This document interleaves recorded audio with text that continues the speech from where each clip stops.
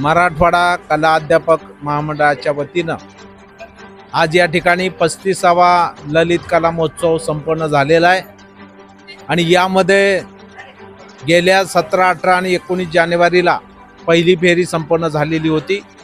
मराठवाड्यातल्या 8 जिल्हे आणि 76 तालुक्यामधून हे कलावंत आलेले होते।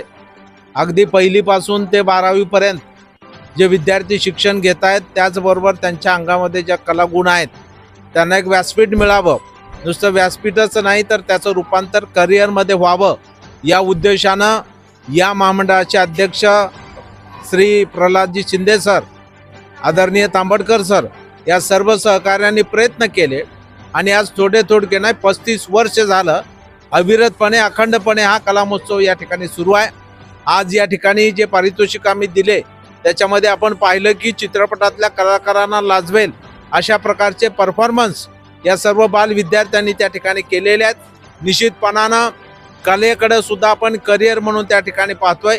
आज चित्रपट सृष्टीत असेल किंवा गायनामध्ये असेल, आज शास्त्रीय नृत्यामध्ये असेल, आज जे विद्यार्थी करिअर म्हणून एक संधी म्हणून बघतायत आणि त्याला प्रोत्साहन देण्यासाठी आणि व्यासपीठ मिळवून देण्यासाठी प्रल्हाद शिंदे सर, तांबडकर सर त्यांचे सर्व सहकारी मेहनत घेऊन या ठिकाणी काम करतायत। मराठवाड्याचा शिक्षक आमदार या नात्यानं या सर्वांचे मी मनापासून अभिनंदन करतो, त्यांचे आभार व्यक्त करतो की आपण एक नवीन व्यासपीठ या विद्यार्थ्यांना या कलाकारांना मिळवून देण्याचं काम केलेलं आहे। मराठवाड्यामध्ये सुद्धा 52 कशी सोन आहे ते लोकांसमोर आणण्याचं काम आज या ललित कला महोत्सवाच्या माध्यमातून झालेलं आहे। याचा मराठवाड्याचा शिक्षक आमदार म्हणून मला अभिमान आणि आनंद आहे। हा कार्यक्रम जो आहे तो मागील 35 वर्षापासून सातत्याने चालू आहे। मराठवाडा कला विकास महामंडळ डान्स, नृत्य, ड्रॉइंग, जोडी नृत्य, त्याच्यात समूह नृत्य आहेत, भारूड, नाटक अशा सर्व प्रकारच्या ललित कला ज्या आहेत त्या ललित कला या मंडळातर्फे मागच्या 35 वर्षापासून सातत्याने चालू आहे आणि त्याची आज अंतिम फेरी इथे संपन्न झालेली आहे। गेस्ट कोण आले होते? आजच्या कार्यक्रमाला आपल्याला गेस्ट म्हणून हेमांगी कवी या सिने ॲक्ट्रेस या होत्या आणि आमदार काळे sir. I am the member of Marathwada Kala Vikas Mahamandal. From last 35 years consistently we are undertaking this activity of dance, drawing, music and singing. And this year we had arranged this Lalit Kala Mahotsav in sections. Last month 18, 19 and 20th we had the first round of our Lalit Kala Mahotsav that is organized by Marathwada Kala Vikas Mahamandal. And in the second round, final round of Lalit Kala Mahotsav, the winners of the first round and group dances have been held. We had the great celebrity and film actress Hemangi Kavi as our guest inaugurator of today's function.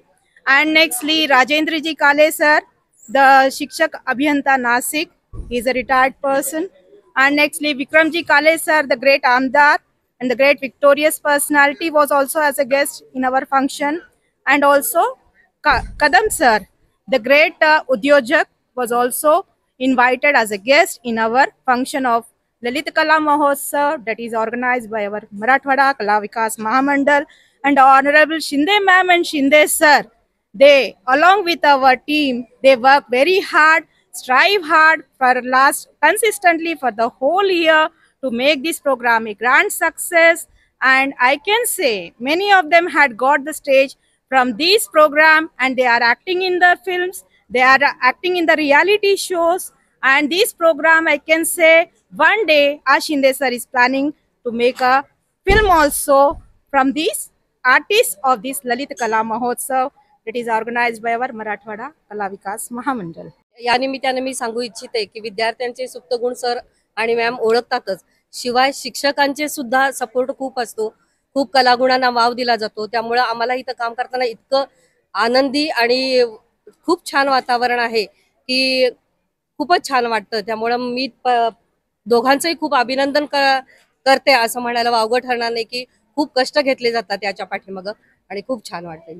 Shinde सरांचं मॅडमचं कार्य एकदम जबरदस्त कार्य आहे, वाखाणण्याजोगं कौतुक करण्यासारखं आहे, त्याला तोडच नाहीये। मराठवाडा कला विकास महामंडळ आयोजित 35वा विभागीय ललित कला या ठिकाणी संपन्न झाला।